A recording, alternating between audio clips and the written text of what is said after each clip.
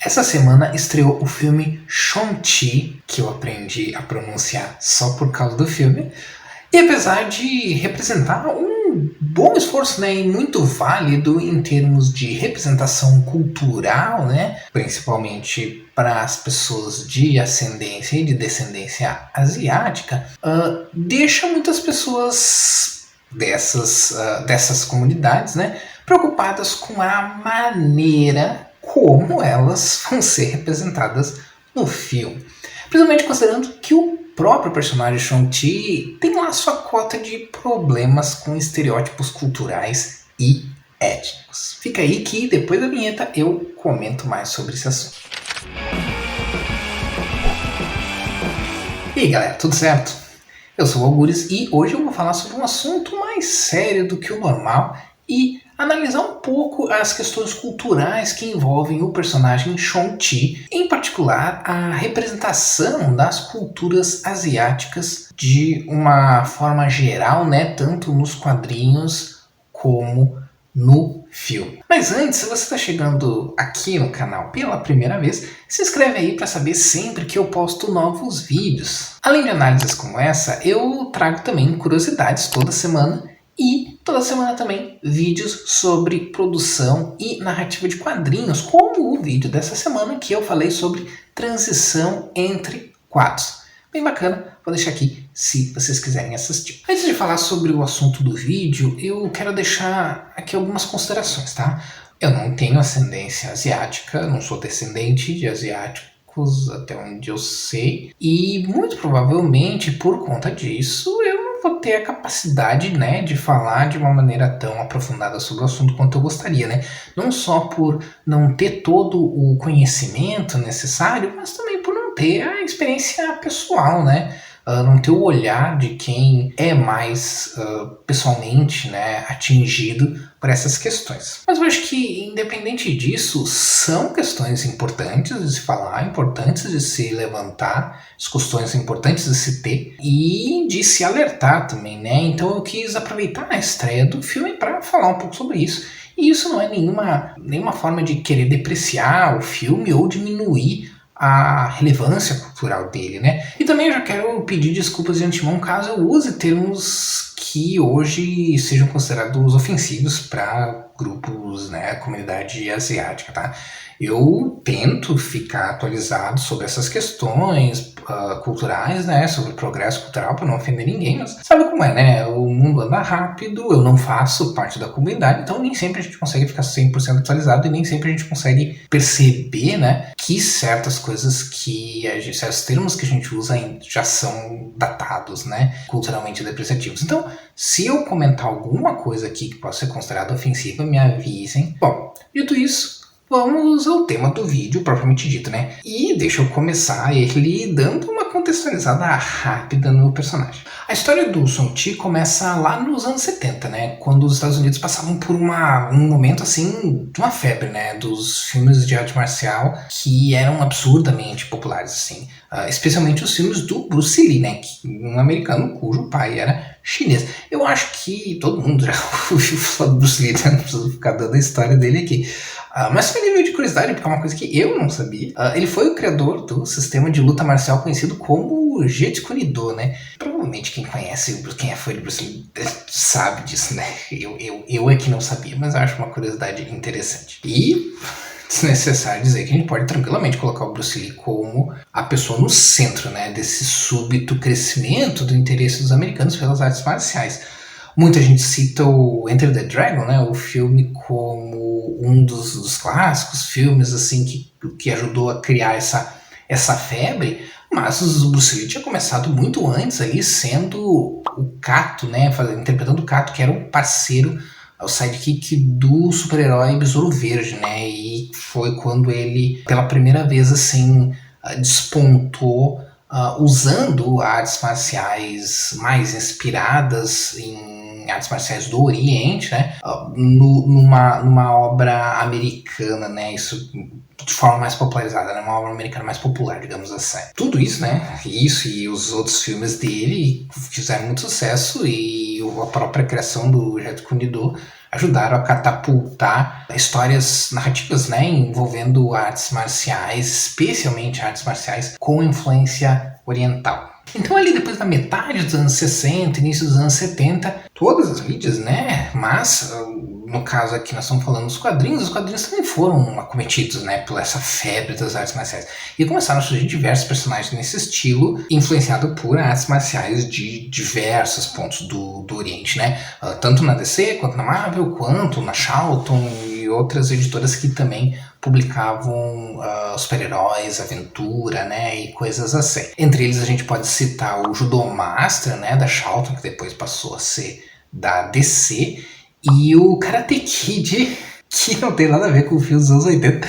Ele, na verdade, era um personagem da DC que vivia no futuro e era membro da Legião dos Super-Heróis. Até mesmo a Mulher Maravilha foi atingida por essa febre, sendo completamente reformulada lá nos anos 70 e se tornando uma vigilante sem poderes treinada por um mestre chamado Ishin. Eu comentei um pouquinho sobre essa parte da história da Mulher Maravilha num vídeo que eu fiz sobre as diferentes encarnações dela em live action. E se vocês quiserem assistir, né, eu vou deixar aqui em cima daí. E claro, um desses personagens que surgiram nos quadrinhos foi o Shang-Chi, o mestre do Kung Fu, como a gente chamava por aqui. Inicialmente, a ideia era a Marvel adaptar as histórias da série de TV Kung Fu, né, que era estrelada pelo ator David Carradine, que era a série de maior sucesso da época, né? Era super popular. Só que a série era da Warner, que naquela época já era dona da DC Comics, rival da Marvel, então eles vetaram a negociação. Aí a Marvel teve que usar uma outra rota, né? Teve que buscar uma outra alternativa. E a alternativa que eles viram foi se voltar para uma outra franquia famosa e bem popular nos Estados Unidos, mas de outra mídia, né?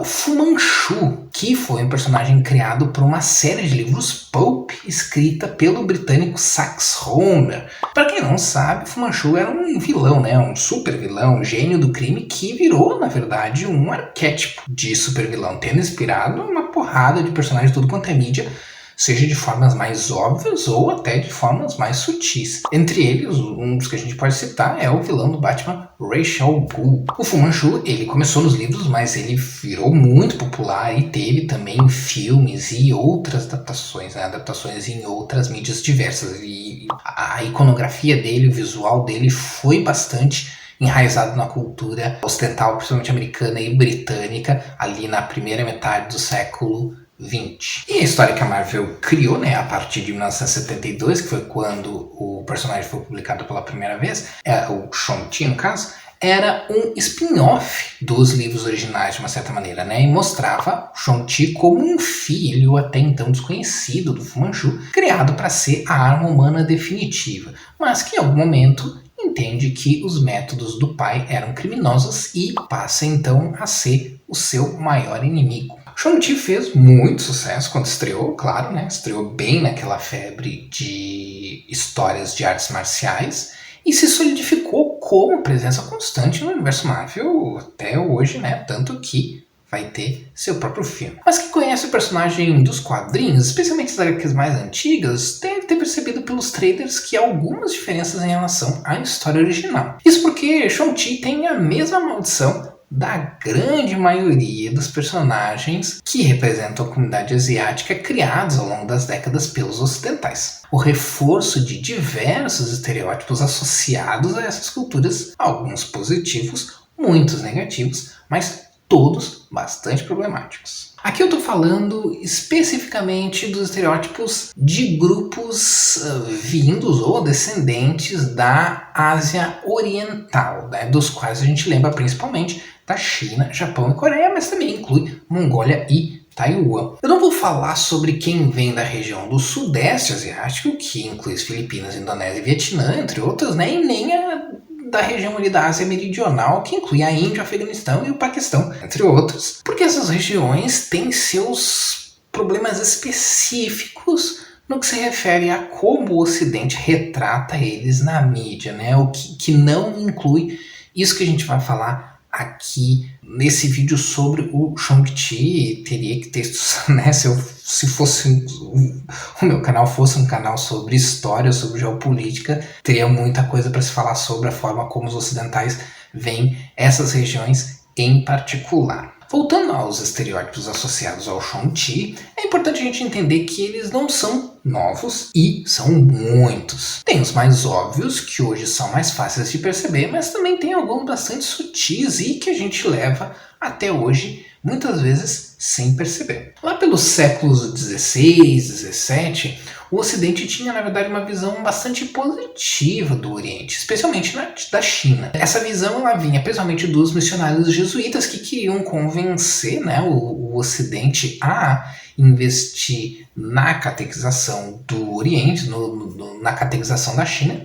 Basicamente, eles só tiveram acesso aos nobres, né, e à classe alta, né, da sociedade chinesa. Então a visão deles foi bastante direcionada por isso, né? E acabou criando uma visão bastante otimista que eles levaram para o Ocidente e, através de cartas e de depoimentos, né? Falando principalmente sobre reis sábios e cheios de conhecimento antigo. Só que lá pelo século XVIII, as relações comerciais entre Reino Unido e China se estremeceram bastante por um monte de tretas políticas, especialmente envolvendo ópio, que não veio o caso aqui, porque esse canal é um canal de história e o vídeo ia ficar muito longo, né? Mas o que importa é que isso fez com que o Reino Unido começasse, né, a vender para o Ocidente uma ideia bem diferente dos chineses do que se tinha até então, né?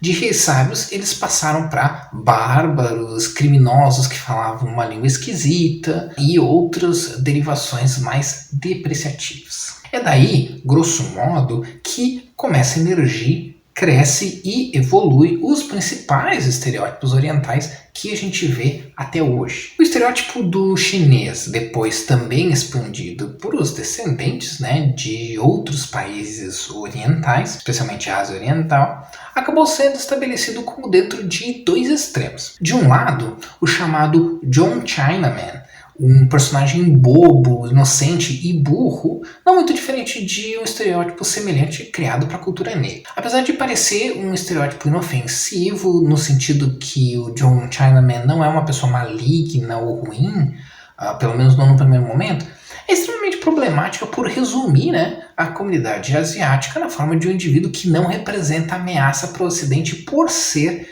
inocente demais ou não ser inteligente o bastante. Uma forma bem comum e historicamente conhecida de depreciar e diminuir uma cultura diferente da sua. Esse estereótipo ficou bastante enraizado na cultura ocidental na forma do personagem Charlie Chan, um detetive havaiano muito popular na primeira metade do século XX e que é lembrado principalmente pelas várias adaptações cinematográficas do personagem que costumavam ter atores caucasianos interpretando o personagem ao invés de atores de ascendência asiática. O que era um padrão. Se eles precisassem de um vilão asiático, eles escalavam um asiático. Se eles precisassem de um herói asiático, eles escalavam um branco. E do outro lado nós temos o estereótipo do gênio criminoso de bigode fino, que ficou representado na cultura ocidental pelo personagem Fu Manchu. Então tem aí o padrão bem depreciativo desses estereótipos. O asiático bom era bobo, burro, engraçado. O asiático mau era inteligente e cheio de recursos. Para vocês terem uma ideia do quão problemático é o personagem Fu Manchu, pensa que na primeira história dele, nos livros, ele é descrito como tendo um rosto como de Satã e sendo essencialmente o perigo amarelo encarnado. E o tal do perigo amarelo é outro estereótipo cultural construído pelo Ocidente e representado por duas ideias principais. Uma é de que a imigração asiática mais cedo ou mais tarde levaria à destruição dos valores ocidentais, e a outra, a de que a qualquer momento um país como a China poderia decidir atacar o Ocidente. Fica fácil entender como tudo isso se conecta com o Shang-Chi dos quadrinhos, né?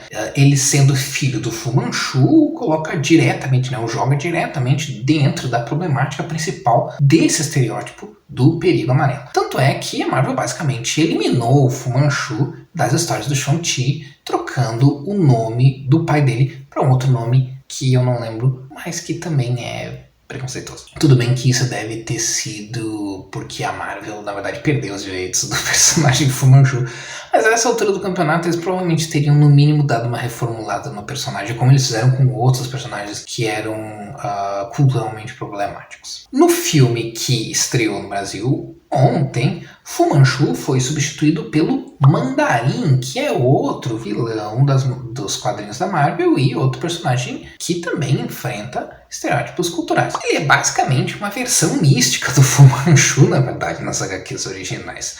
Tanto é que, conforme as décadas foram passando, o visual do personagem acabou mudando drasticamente para evitar essa comparação cultural. Nos cinemas, o filme do Homem de Ferro 3 evitou a problemática do estereótipo de uma maneira até bem criativa, colocando o Mandarim como uma criação midiática produzida pelos vilões ocidentais, o que é um comentário bem interessante sobre a representação da cultura oriental na mídia ocidental. Foi uma maneira até bem legal de atualizar o personagem para os novos tempos, mas os fãs não gostaram. Então a Marvel acabou trazendo o verdadeiro Mandarim para o MCU, e agora como pai do Shang-Chi no lugar do Fu Manchu. Mas esses não são os únicos tipos de estereótipos associados à comunidade asiática e aos orientais. A própria ideia das artes marciais sendo a característica principal que define um personagem asiático é problemática por si só, como se toda pessoa de ascendência asiática